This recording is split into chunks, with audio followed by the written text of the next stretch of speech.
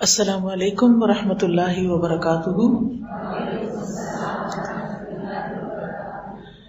نحمده ونصلی علی رسولہ الکریم، اما بعد فاعوذ باللہ من الشیطان الرجیم، بسم اللہ الرحمن الرحیم۔ رب اشرح لی صدری ویسر لی امری واحلل عقدۃ من لسانی یفقهوا قولی۔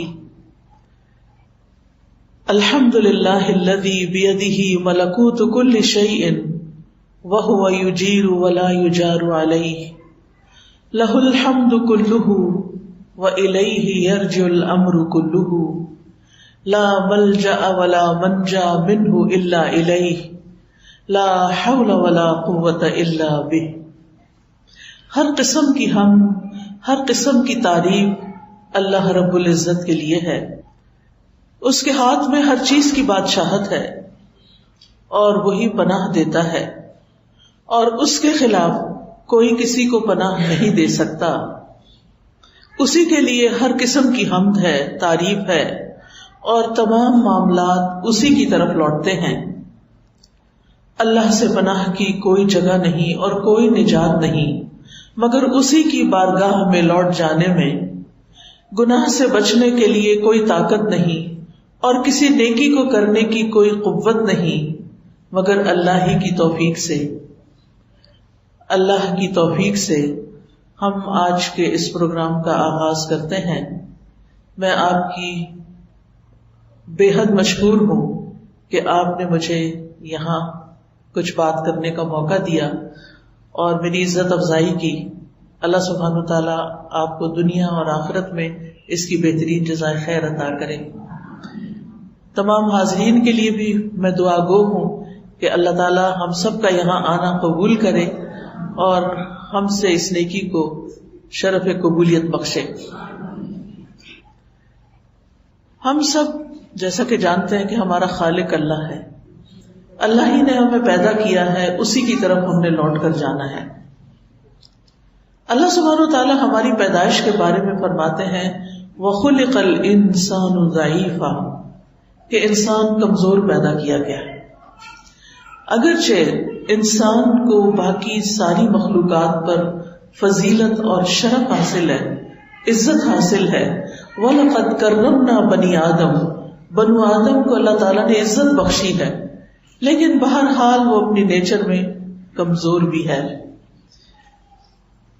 جب اس کو کوئی تکلیف آتی ہے تو وہ جزا فضا کرتا ہے، جب خوشی ملتی ہے تو بعض اوقات آپے سے باہر ہو جاتا ہے۔ اللہ سبحانہ وتعالیٰ نے انسان کے اندر یہ سب کچھ کیوں رکھا ہے؟ اس لیے کہ اگر اللہ تعالیٰ انسان کو شیر جیسی طاقت دے دیتا اور ہاتھی جیسا جسم دے دیتا اور اسی طرح پرندوں جیسی اڑان بھی دے دیتا تو پھر انسان آپے سے باہر ہو جاتا، اپنے رب کے آگے نہ جھکتا۔ اللہ سبحانہ وتعالیٰ نے انسان کو اپنی عبادت کے لیے پیدا کیا، اپنی اطاعت کے لیے، اپنی پہچان کے لیے۔ وَمَا خَلَقْتُ الْجِنَّ وَالْإِنسَ إِلَّا لِيَعْبُدُونَ، کہ میں نے جن و انس کو اپنی عبادت کے لیے پیدا کیا، اور علماء اس کا معنی یہ بھی کرتے ہیں کہ لِيَعْرِفُونِ، کہ تاکہ یہ مجھے پہچانے۔ باقی تمام کائنات چاہے فرشتے ہوں یا دیگر چیزیں ہوں وہ اپنے رب کو پہچانتی ہیں، ان کے اندر پروگرامنگ ہی ایسی کی گئی ہے کہ ان کے لیے کچھ مشکل نہیں۔ لیکن انسان کو اللہ نے چونکہ امتحان کے لیے پیدا کیا، اس کی رہنمائی اگرچہ کی، لیکن اس کے ساتھ ساتھ یہ ہے کہ صحیح معنوں میں اللہ کی پہچان اور اس کو پہچان کر، اس کی عظمت کو پہچان کر، اس کی صفات کو پہچان کر اس کے آگے جھک جانا، اپنی خوشی سے، اپنی چاہت سے، اپنی مرضی سے، اپنی چوائس سے، اس میں انسان کی عظمت رکھی گئی۔ یعنی انسان کی عظمت اس میں نہیں کہ وہ خدا بن بیٹھے، انسان کی عظمت اس میں ہے کہ وہ بندہ بن کر جیے۔ انسان اگرچہ عقل رکھتا ہے اور عقل کی طاقت باقی تمام طاقتوں سے بڑی طاقت ہے، لیکن اس کے ساتھ ساتھ انسان جذبات بھی رکھتا ہے، انسان کے اندر خوشی کے، غم کے جذبات بھی ہیں. انسان کو اللہ سبحانہ وتعالیٰ نے صرف ہڈیوں اور گوشت پوست کا مجموعہ نہیں بنایا، اس کے اندر روح رکھی، اس کا نفس ہے، اس کا دل ہے، اس کے جذبات ہیں، اس کے خیالات ہیں، اس کی پسند و ناپسند ہے، اس کا اختیار ہے. بہت سی کوالٹیز کے ساتھ انسان کو پیدا کیا، لیکن اس کے ساتھ ہی اللہ تعالیٰ نے انسان کو اپنا بندہ بننے کے لیے، اپنی عبادت کے لیے مخصوص کیا کہ یہ اپنی خوشی کے ساتھ میری طرف رجوع کرے. چونکہ انسان کمزور ہے، لہذا وہ ہمیشہ اپنے سے بڑی کسی ہستی کا محتاج بھی ہے، جس کا ذکر اللہ تعالیٰ قرآن مجید کی سورۃ فاطر میں کرتے ہیں. یا ایھا الناس انتم الفقراء الی اللہ، اے لوگو تم سب اللہ کے محتاج ہو. واللہ هو الغنی الحمید، اور اللہ وہ تو غنی ہے، قابل تعریف ہے. ان یشاء یذھبکم، اگر وہ چاہے تم سب کو لے جائے. ویأتی بخلق جدید، اور نئی مخلوق پیدا کر دے. وما ذلک علی اللہ بعزیز، اور یہ چیز اللہ پر کچھ بھی مشکل نہیں ہے. لیکن وہ ہماری کمزوریوں، ہماری کوتاہیوں، ہماری غلطیوں، ہمارے گناہوں، ہمارے جرائم، ہماری ہر چیز کے ساتھ ہمیں زندگی کی مہلت دیتا ہے، توبہ کی توفیق دیتا ہے، اپنی طرف آنے کے مواقع فراہم کرتا ہے. لہذا ہم سب کی خوش قسمتی، خوشنودی اور ہماری کامیابی اس میں ہے کہ ہم ہر موقع پر اللہ سبحانہ وتعالیٰ کی طرف رجوع کرنے والے ہوں. ہم اسی پر بھروسہ کریں، ہم اسی کا سہارا لیں، ہم اسی سے مانگیں، اسی سے پناہ طلب کریں، غم اور دکھ میں اسی سے فریادیں کریں، اور اسی سے ہم حفاظت مانگیں، اور وہ یہ سب کچھ کرنے پر قادر ہے. اللہ سبحانہ وتعالیٰ کو انسان کی کمزوری کا اعتراف بہت پسند ہے. جب انسان اللہ سبحانہ وتعالیٰ کی بارگاہ میں ہاتھ اٹھاتا ہے، جب اللہ سبحانہ وتعالیٰ کی بارگاہ میں سجدے میں سر رکھ دیتا ہے، تو جب انسان کا سر زمین پر ہوتا ہے وہ سب سے زیادہ اللہ کے قرب کا وقت ہوتا ہے، اللہ سبحانہ وتعالیٰ کے قریب ہونے کا، اللہ سبحانہ وتعالیٰ کے محبوب ہونے کا. اور جب انسان ہاتھ اٹھا لیتا ہے تو اللہ سبحانہ وتعالیٰ ان کو خالی نہیں لوٹاتا، وہ اس بات سے شرماتا ہے کہ کسی کا ہاتھ اٹھا ہوا خالی لوٹا دوں. لہذا انسان کو اپنی تمام ضروریات میں، اپنی تمام مشکلات میں، اپنی تمام حاجات میں، اپنی ہر طرح کی پریشانیوں میں اللہ سبحانہ وتعالیٰ کی طرف ہی رجوع کرنا چاہیے. اور اسی کا نام توکل ہے. جب انسان اپنی ضروریات میں اللہ کا سہارا لیتا ہے تو اللہ سبحانہ وتعالیٰ کا سہارا لینا توکل کہلاتا ہے. اور اسی کی ہم سب کو ضرورت ہے کہ جب ہمیں کچھ مشکل ہو تو ہم کہیں حسبنا اللہ ونعم الوکیل، ہمیں اللہ کافی ہے اور وہی بہترین کارساز ہے، وہی سارے کام بنانے والا ہے.